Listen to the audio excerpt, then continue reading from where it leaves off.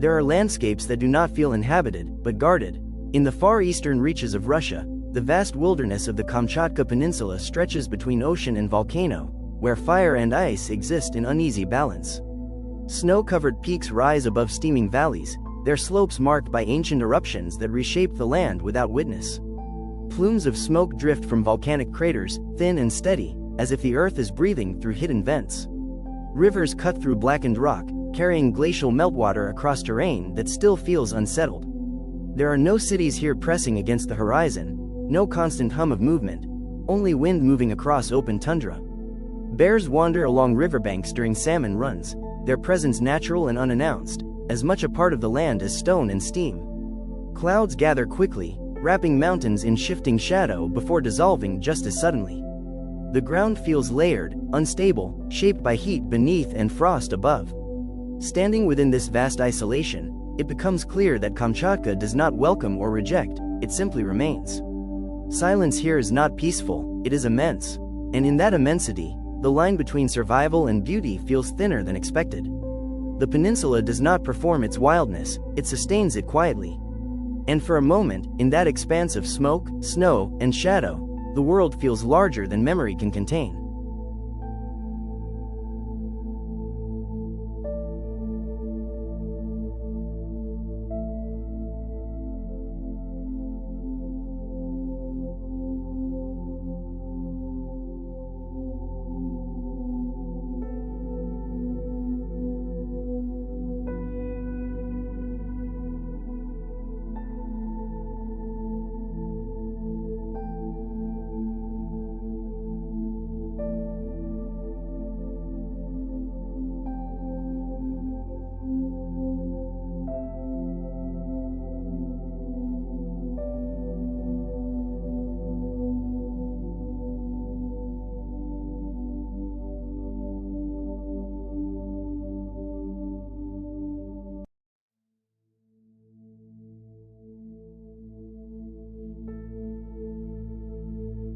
As night begins to settle over the Kamchatka Peninsula, the outlines of volcanoes remain visible longer than expected, their snow-covered slopes reflecting the last traces of fading light.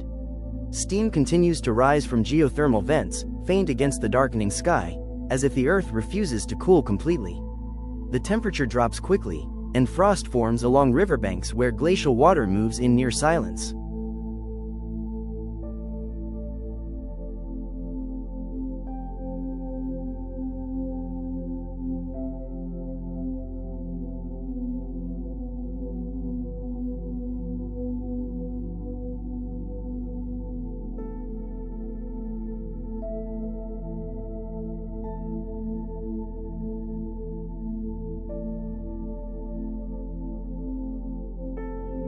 There are no distant city lights to interrupt the horizon, no artificial glow softening the darkness. Instead, the sky expands outward, filled with stars that appear closer than usual in the absence of human presence. Occasionally, the ground releases a low rumble, not loud enough to alarm, but steady enough to remind that heat still moves beneath the crust. Snowfields stretch uninterrupted across valleys, absorbing sound and muting movement. Even wind feels restrained, traveling across open tundra without obstruction. In certain places, volcanic rock remains warm beneath the surface, hidden beneath thin layers of frost.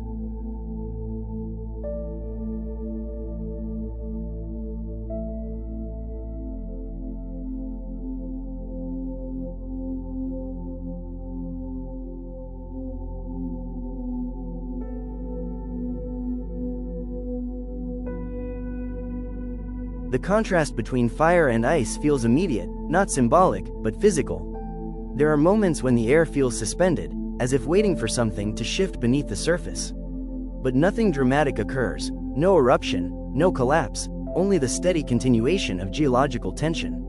Standing there in the darkness, surrounded by silent peaks and unseen heat, Kamchatka does not feel remote. It feels unfinished, and within that unfinished quiet, the land holds its power without display, without warning, and without explanation.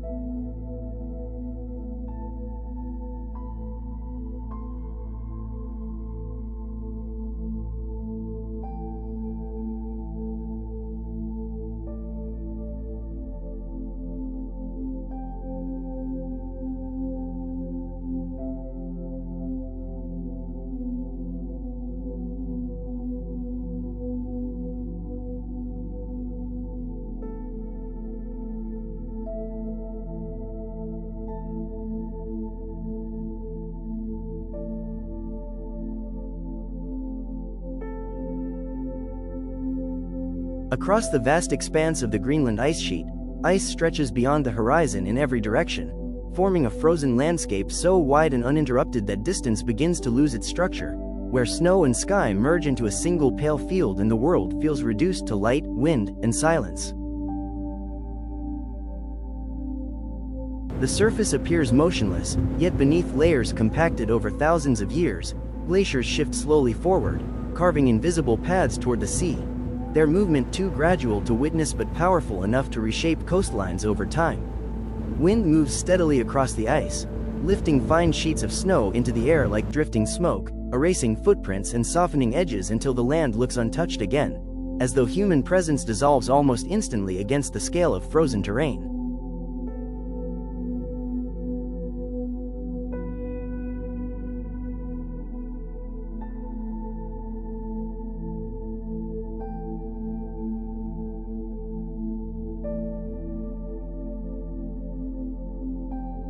Deep crevasses fracture the surface in sudden dark lines, revealing blue ice compressed by centuries of weight, reminding any observer that beneath the still exterior lies depth, pressure, and accumulated history stored within translucent layers. When the sun hangs low above the horizon, it casts elongated shadows across subtle ridges in the snow, turning flat expanses into fields of quiet contrast, where light seems to slide slowly rather than shine directly.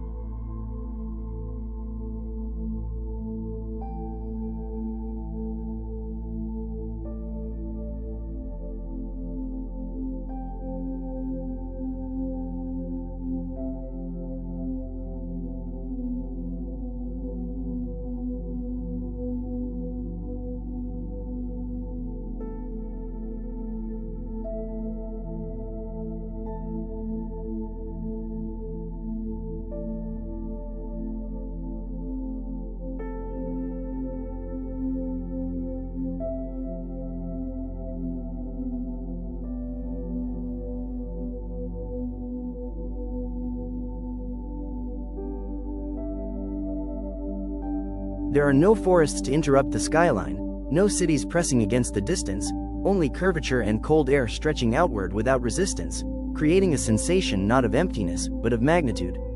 At night, the sky expands even further, stars appearing sharper in the absence of artificial light, and occasionally, faint bands of aurora drift across the darkness, their movement silent above a land that remains completely still below.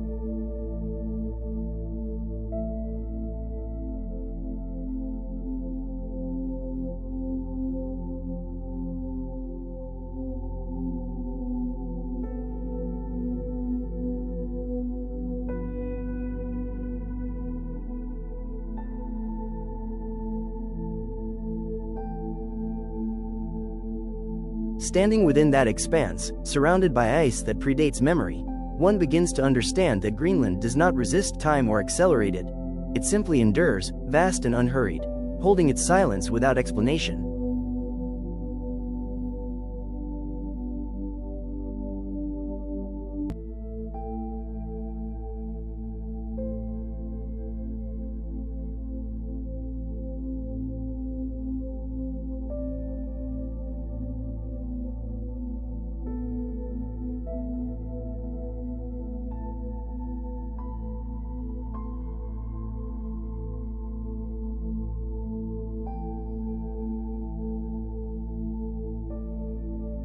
In northern Chile, the Atacama Desert stretches across high plateau and salt flat, a landscape so dry that rain is not expected, but remembered, where mountains rise from mineral plains and the sky feels unusually close to the ground.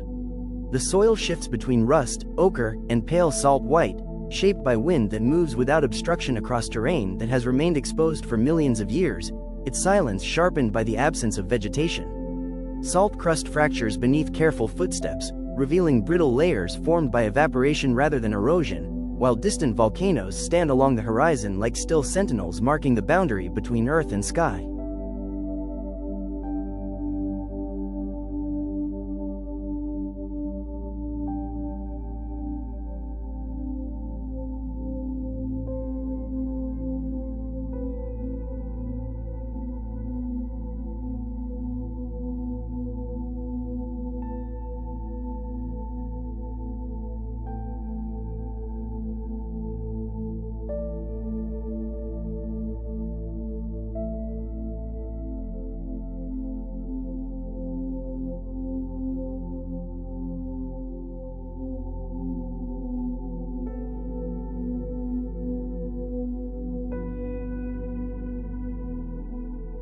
During the day, heat distorts vision, bending the air into wavering lines that make mountains appear to float, as if the desert itself is unsettled by light.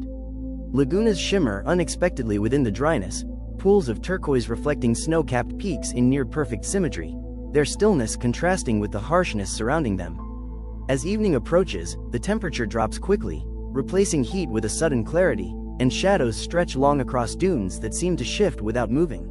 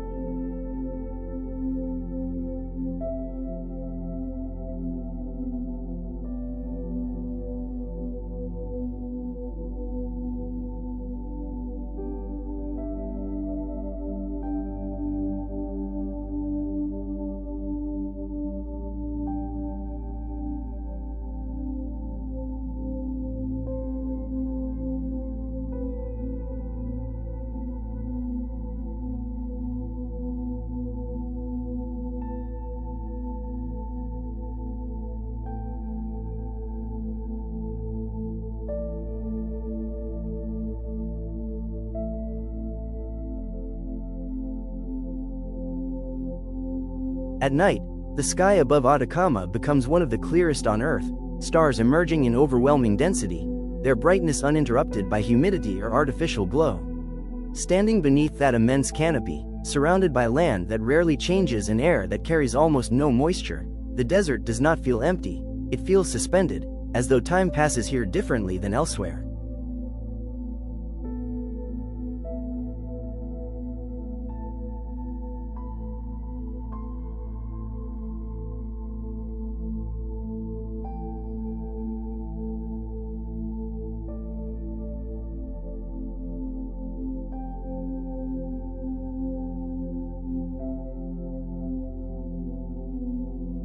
As darkness settles over the Atacama Desert, the land cools rapidly, releasing the heat stored through the day, and the air becomes startlingly clear, carrying no moisture to soften the horizon.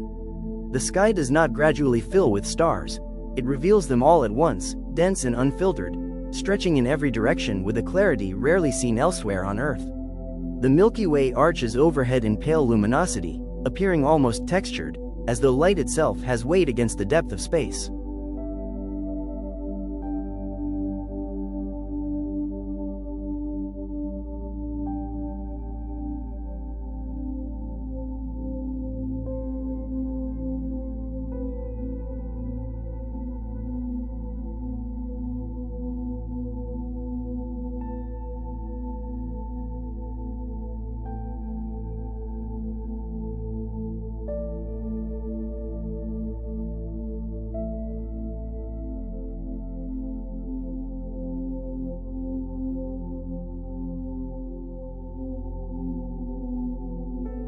Telescopes dot distant plateaus, quiet silhouettes against the night, placed here because the atmosphere above is so stable that even distant galaxies seem within reach. The ground beneath remains motionless, a field of stone and salt reflecting faint starlight in subtle glints that vanish with each shift of perspective. There is no rustling of leaves, no insect chorus, no water moving unseen, only the faint sound of wind traveling across open terrain.